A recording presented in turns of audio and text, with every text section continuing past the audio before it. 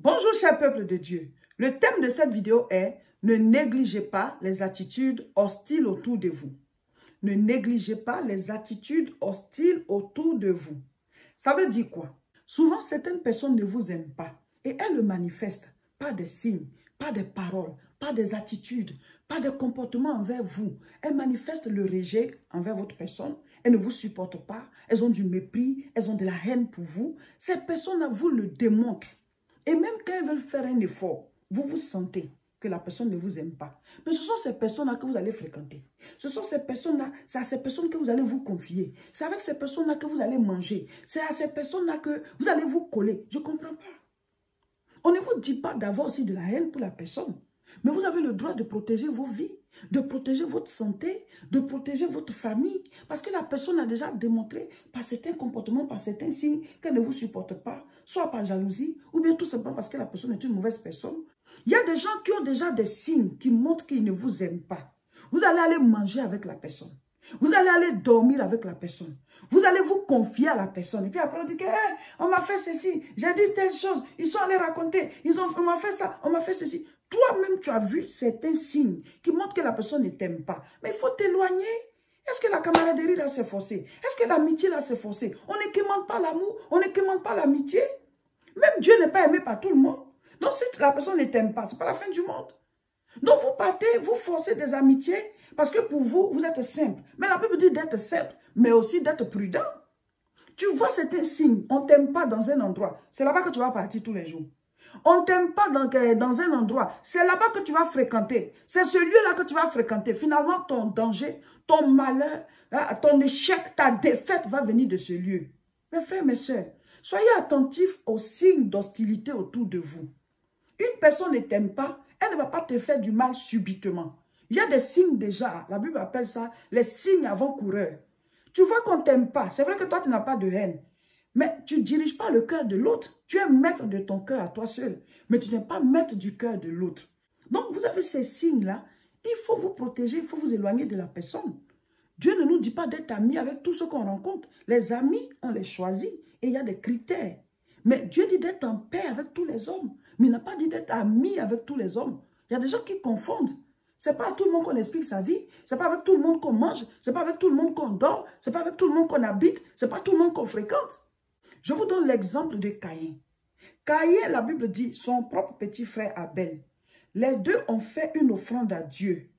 Et à un certain moment, la Bible dit que Dieu a apprécié l'offrande de son petit frère Abel et il n'a pas agréé l'offrande de Caïn. Et la Bible dit que Caïn en voulait à Abel pour ça. Il était jaloux d'Abel, son propre petit frère, il était jaloux de lui. Au lieu de lui demander à Abel, comment tu as fait pour que Dieu puisse apprécier, agréer ton offrande, je vais aussi faire pareil, aide-moi. Mais non, Caïn était jaloux. Mais je suis sûre que si la Bible dit que Caïn était jaloux, ça veut dire qu'il y avait des signes d'hostilité que Caïn avait commencé à manifester par rapport à Abel. Si Abel avait pris conscience de ces signes qu'il voyait, il n'allait pas se retrouver avec Caïn dans les champs pour que Caïn le tue là-bas. Ces enseignements, ce n'est pas pour que vous soyez méfiants, soupçonnez tout le monde. La Bible dit de ne pas soupçonner le mal. Mais la Bible dit d'être prudent. Vous êtes tombé dans plusieurs pièges. Des gens vous ont fait du mal alors que vous aviez déjà remarqué des signes de cette personne. Vous avez déjà remarqué des comportements, des paroles, des agissements de la personne. Dès l'instant où tu vois que cette personne est hostile, il faut commencer à te protéger. Il faut commencer à restreindre certaines choses que tu dois faire avec cette personne parce que hey, tu sais que cette personne ne t'aime pas trop ou alors elle te rejette. Donc, tu ne vas pas montrer ouvertement que tu ne l'aimes pas. Tu ne vas même pas aussi avoir de la haine pour la personne. Mais tu as le droit de te protéger. Tu as le droit d'être prudent. La Bible dit quoi encore? Joseph était avec ses propres grands frères. Et son papa l'aimait parce qu'il est né quand son père était vieux. Et il est né de la femme que son papa a vraiment aimée. C'est celle-là, Rachel, que son papa voulait épouser. Et on lui a imposé Léa. Donc, le papa, il avait ses lois à lui qui faisaient qu'il aimait beaucoup Joseph. Donc, il était tout le temps avec Joseph. Il confiait des choses à Joseph que ses grands frères n'appréciaient pas. Vous voyez? Donc, le papa, Jacob, a créé une certaine division dans sa famille. Quand vous aimez un seul enfant, vous mettez tout votre dévolu sur lui. Mais vous créez des problèmes à cet enfant par rapport aux autres. Vous faites d'un enfant ou bien d'une de vos filles votre chouchou. Et les autres, ils sont sortis d'où? Ce n'est pas votre sang aussi? Donc, papa Jacob a créé ce problème-là. Il a beaucoup aimé Joseph. Et la Bible dit, en plus de ça, Dieu a commencé à montrer des songes à Joseph. Mais déjà, toi, on t'aime un peu trop. Tu vois déjà que tes grands frères, ils murmurent d'une manière. Quand tu arrives, ils ont une manière de faire. Encore, tu t'en vas leur expliquer ton songe. Tu t'en vas te confier à eux. C'est ça qui est arrivé à Joseph. Il allait leur dire que, ah, j'ai fait un songe. Dans le songe là, on est en train de faire des gerbes. Parce que quand ils s'en vont faire la récolte, ils font des gerbes. Quand, par exemple, c'est le mil ou bien c'est le blé, voilà, quand ils font la récolte du blé, voilà, ils font des gerbes. Donc, il dit qu'ils étaient dans le champ, ils ont fait des gerbes. Et à un certain moment, sa gerbe s'est tenue debout. Et les gerbes de tous ses frères se sont prosternés devant sa gerbe à lui. Et non seulement tu es le plus petit, voilà, tu es l'avant-dernier, parce qu'après lui, il y avait Benjamin encore. Tu es l'avant-dernier des garçons. Nous tous, tes grands frères là, tu dis que toi, tu as fait quel rêve? Nous, nos gerbes vont se prosterner devant ta gerbe à toi. Donc, tu vas nous dominer. Donc, encore, ça crée encore plus de jalousie dans les cœurs de ses frères. Mais normalement, quand les gens sont jaloux de toi, il y a quand même certains signes. Joseph a dû voir de l'hostilité dans la vie de ses frères par rapport à lui. Parce que quand il arrive, ils ont une manière de faire. Ils ont une manière de parler. Donc, déjà, lui, Joseph, il devait savoir que les gars, là, ils peuvent me faire quelque chose. Hein. Ce sont mes grands frères, mais de toute façon, quand j'approche ce qu'ils disent, la manière dont ils se comportent, ils sont dans leur coin contre moi. Là. Ceux-là, je ne vais pas me retrouver seul quelque part avec eux. Je ne vais pas me retrouver seul parce que je sens qu'ils peuvent me faire quelque chose. Soyez attentifs aux signes hostiles autour de vous. Vous partez tomber dans des pièges. Pourtant, la personne a monté de plusieurs manières qu'elle ne t'aime pas. La personne a monté de plusieurs manières qu'elle ne te supporte pas. Elle ne t'apprécie pas. Tu ne peux pas te trouver dans une certaine posture avec cette personne. Tu ne peux pas te retrouver dans une certaine situation avec cette personne où elle peut te faire du mal. Mes frères, mes soeurs, ne négligez pas les signes. Voilà, hostile. Quelqu'un ne t'aime pas, tu vas sentir des choses. Il va te les montrer par des signes. Tu ne vas pas aller manger avec cette personne. Tu ne vas pas aller dormir dans sa maison. Tu ne vas pas baisser la garde, voilà, avec cette personne. Parce que tu sais ce qui peut venir de cette personne vers toi. Mais vous dites que, comme vous avez de l'amour dans votre cœur, vous dites que vous êtes simple, donc tout va bien. Vous continuez de vous rapprocher de la personne, vous continuez de vous confier à la personne, d'être avec la personne, parce que vous vous dites souvent que, bon, je suis chrétien, donc je dois aimer tout le monde. Mais ce que tu oublies, c'est que tout le monde ne t'aime pas. Tout le monde ne t'aime pas. Donc, ce n'est pas que tu dois te méfier, mais tu dois être prudent. Tu dois être prudent parce que celui qui va te faire du mal, il manifeste déjà certains signes. Et c'est à toi de faire attention. Même si tu ne vas pas mépriser aussi la personne, même si tu ne vas pas manifester aussi de la haine ou bien du rejet aussi pour la personne, toi, tu as le droit de protéger ta vie, tu as le droit d'être prudent parce que le Seigneur lui-même, il a dit, je vous envoie dans ce monde comme des brebis parmi les loups. Donc, vous devez être simples comme des colombes. C'est-à-dire qu'il ne faut pas en vouloir aux gens. Ce n'est pas à toi de les haïr, de les rejeter. Mais si toi, tu es rejeté, tu es haï, on te méprise. Donc, sois simple comme une colombe, mais prudent comme un serpent. Parce que sinon, les gens vont te mettre dans des situations qui vont te créer des problèmes. Les gens peuvent même chercher à te tuer, t'enlever sur la terre avant ton jour. Je vais vous rendre le témoignage d'une jeune dame. Elle est couturière, mais elle dit que pendant qu'elle faisait sa formation, c'était dans un centre, voilà. Et dans ce centre de couture, voilà, elles étaient en train d'apprendre. Et elle avait un groupe de 3 filles qu'elle aimait bien fréquenter. Mais il y avait une autre jeune fille seule qui l'aimait bien elle. Et la fille, chaque fois, venait vers elle, mais elle la rejetait parce qu'elle aimait bien être avec le groupe de 3 là. Et ce groupe-là, elles semblaient les plus stylées, voilà. Elles avaient un certain style de vie, donc c'était comme les populaires de la formation. Donc, elle forçait un peu l'amitié avec ces 3-là, en délaissant celle qu'il aimait vraiment. Mais elle dit que les 3 filles-là, quand elle est avec elle, on la chiffonne, on se moque d'elle, elles sont toujours en train de la rabaisser, elles sont toujours en train de l'insulter. Si elle a une histoire avec l'une d'entre elles, les 3 se mettent ensemble contre elle. Mais chaque fois, ce sont ces filles-là qu'elle a fréquentées. C'est quand elle a, voilà, après des années qu'elle s'est rendue compte que elle-même, elle est en train de préparer son malheur. Donc, elle dit que c'était comme ça chaque fois. Elle dit, plus tard, elle s'est rendue compte que les 3 filles-là avaient des attaches mystiques. Elles allaient beaucoup consulter et tout ça. Donc, un jour, elles sont venues avec une chaussure. Elles disent que, ah, nous, on a acheté nos chaussures et on a vu une chaussure qui est, voilà, de ta pointure et que tu vas aimer. Donc, on a acheté ça pour toi. Donc, elle dit que quand les filles lui ont donné la chaussure, elle s'est dit, ah, les filles là vont m'acheter une chaussure, elles ne m'aiment pas trop. Et vont m'acheter une chaussure comme ça subitement. Donc, elle n'était pas convaincue de porter la chaussure. Donc, elle a dit, bon, merci beaucoup les filles. Elle a mis dans le paquet. Elle dit, bon, un jour, je vais porter, je ramène à la maison. Elle dit que les filles ont dit, non, non, non, non, il faut porter sous nos yeux ici, on va voir si ça te va. On veut voir si c'est joli avec toi, tu vas faire quelque part avec, il faut porter. Elle dit, elle ne sentait pas qu'il fallait porter. Les filles ont dit, il faut porter. Donc finalement, pour leur faire plaisir, elle a porté. Elle a marché un peu, elle dit, ah, c'est joli, c'est joli. Ah, donc elle a enlevé, elle a mis dans le sac. Mais elle dit que quand elle a mis ses pieds dans les chaussures, là, elle a senti comme des frissons dans tout son corps. Alors qu'il n'y avait rien dans les chaussures. Mais elle ne s'est pas sentie bien. Et à partir de là, elle a commencé à sentir des douleurs qui commençaient sur la plante de ses pieds. Donc elle s'est dit, mais ça c'est quoi? Elle a quand même pris les chaussures. Les filles étaient tellement joyeuses. Elle a mis les chaussures dans son sac. Et elle est partie à la maison avec. Elle dit, à partir de là, elle a commencé à avoir des douleurs aux pieds. Et des boutons ont commencé à sortir de son genou jusqu'à les pieds en bas. C'est-à-dire du genou jusqu'en bas. Tout ça, c'était des petits boutons durs qu'elle grattait et il y avait du pus qui sortait. Mais ça démange. Donc, c'est comme ça que son malheur a commencé. Elle ne pouvait plus porter des jupes juste au-dessus du genou. Elle devait chaque fois porter de longues jupes parce que les boutons étaient sur ses pieds. Il y a des jours, elle ne pouvait pas venir à la formation. Et tout, c'est comme ça que sa souffrance a commencé. Et donc, elle dit que chacune a fini la formation, chacune est allée voilà, dans sa ville pour aller être couturière. Et elle aussi, elle est allée travailler avec quelqu'un qui est déjà couturier pour travailler avec lui. Mais chaque fois, elle avait ces douleurs-là. Chaque fois, elle avait ces douleurs. Elle dit qu'elle est partie plusieurs fois à l'hôpital. Ses parents l'ont fait partir à l'hôpital.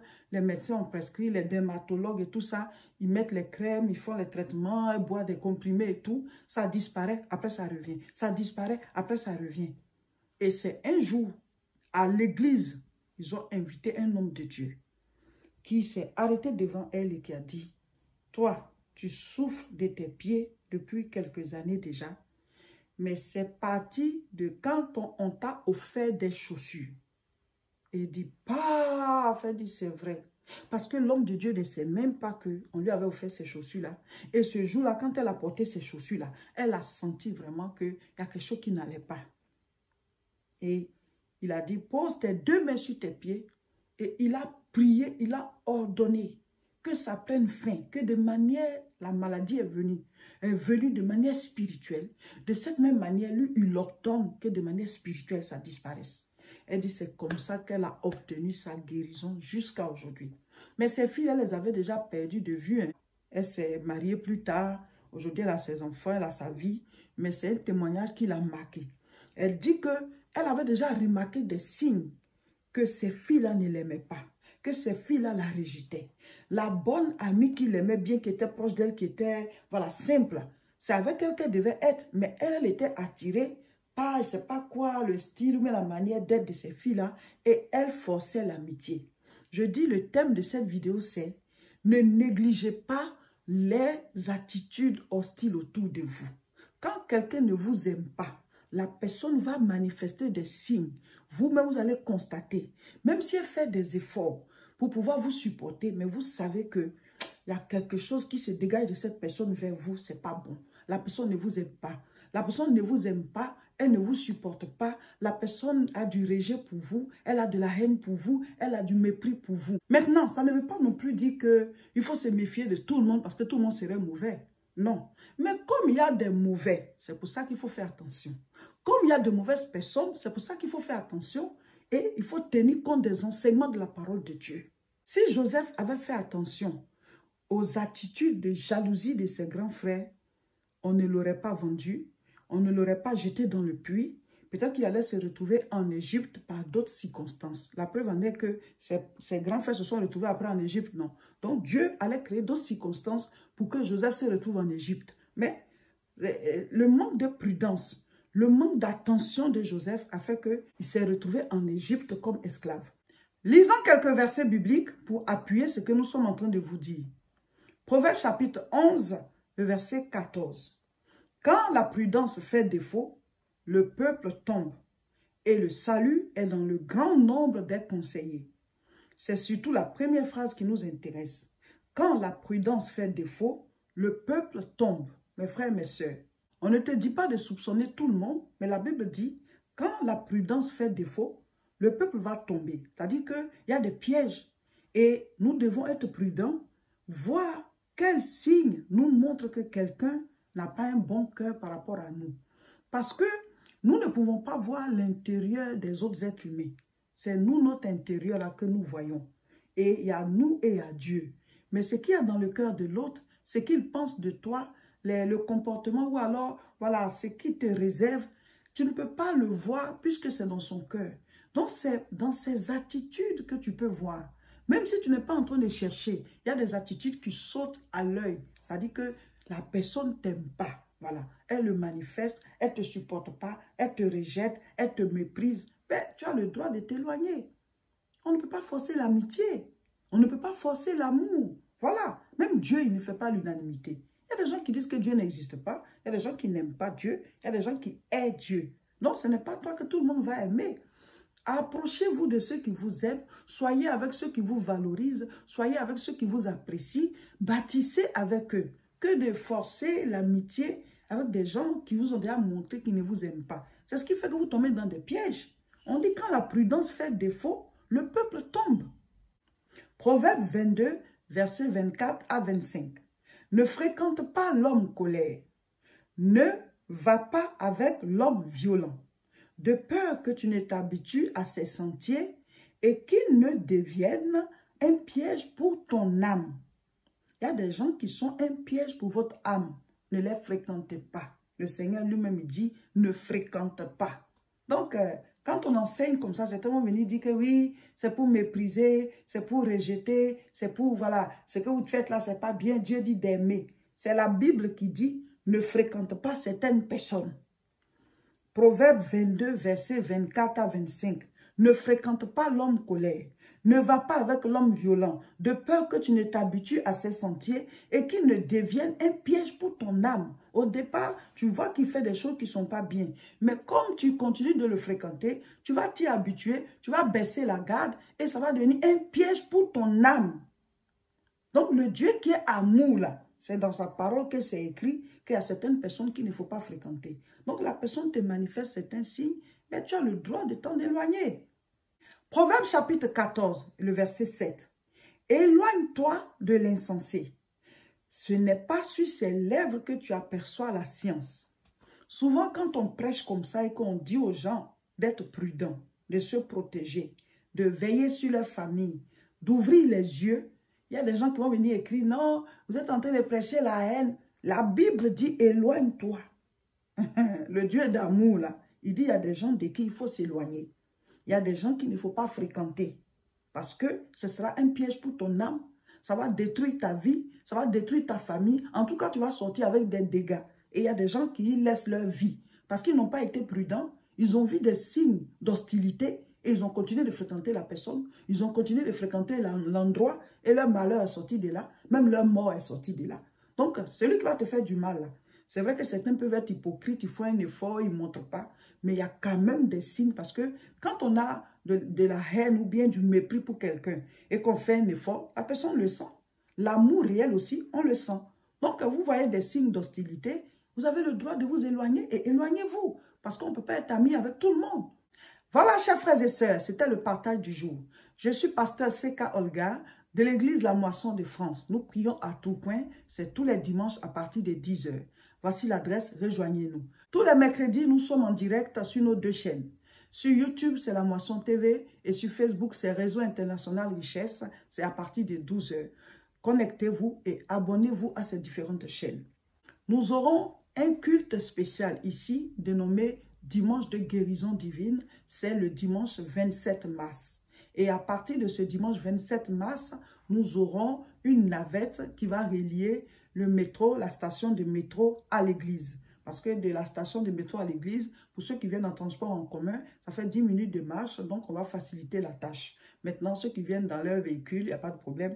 Mais ceux qui viennent en transport en commun, c'est le métro, la ligne 2. Vous descendez à la station Gare de Tourcoing. Ça s'appelle aussi Sébastopol. Mais maintenant, c'est la station Gare de Tourcoing. Avant, c'était station Sébastopol. Maintenant, c'est Gare de Tourcoing. Vous descendez là et à 9h35, il y aura la navette. Et à 9h50, la deuxième fois, voilà, la navette va faire 2 tours. Premier tour, 9h35. Deuxième, 9h50. C'est à partir du dimanche 27 mars. Tous les dimanches, vous pouvez venir de Lille, vous pouvez venir de Paris, vous descendez à la gare à Lille-Flandre et vous prenez le métro 2. La ligne 2 qui est symbolisée par le rouge, le métro rouge. Voilà. Et vous descendez à la gare de Tourcoing. Voilà. Et il y aura la navette. Quelqu'un sera là pour vous diriger vers la navette pour venir au culte. Et à la fin du culte aussi, la navette va vous ramener au métro. Voilà. Le samedi 19, nous serons à Aubervilliers pour la formation l'école des disciples. Alors, tous ceux qui ont fait la formation, le niveau 1, on va faire la sortie dans le mois de mai. On vous donnera la date. Donc, le samedi 19, soyez tous à Aubervilliers. C'est l'un des derniers cours pour le niveau 1. Et nous sommes en train aussi d'organiser la fête de votre sortie. Donc, il ne faut pas rater. Samedi 19, tous à Aubervilliers pour ceux qui sont inscrits au cours niveau 1. Maintenant, tous ceux qui veulent s'inscrire, parce qu'après la sortie de ce groupe, on va lancer le niveau 1 et ceux-ci vont aller au niveau 2. Donc, vous pouvez vous inscrire au contact de l'église 0033 7 51 51 25 16. Inscrivez-vous pour pouvoir faire la formation. Ça se fait une fois par mois. Voilà, à Aubervilliers, c'est les samedis après-midi. Donc, un samedi pour la croisade et un autre samedi pour la formation, l'école des disciples, qu'on annonce en ligne. Vous avez les dates et on se rejoint. C'est 2 heures de cours. Voilà. Rejoignez-nous ici à Tourcoing tous les dimanches à partir de 10 heures. Abonnez-vous à nos différentes chaînes et partagez massivement cette vidéo.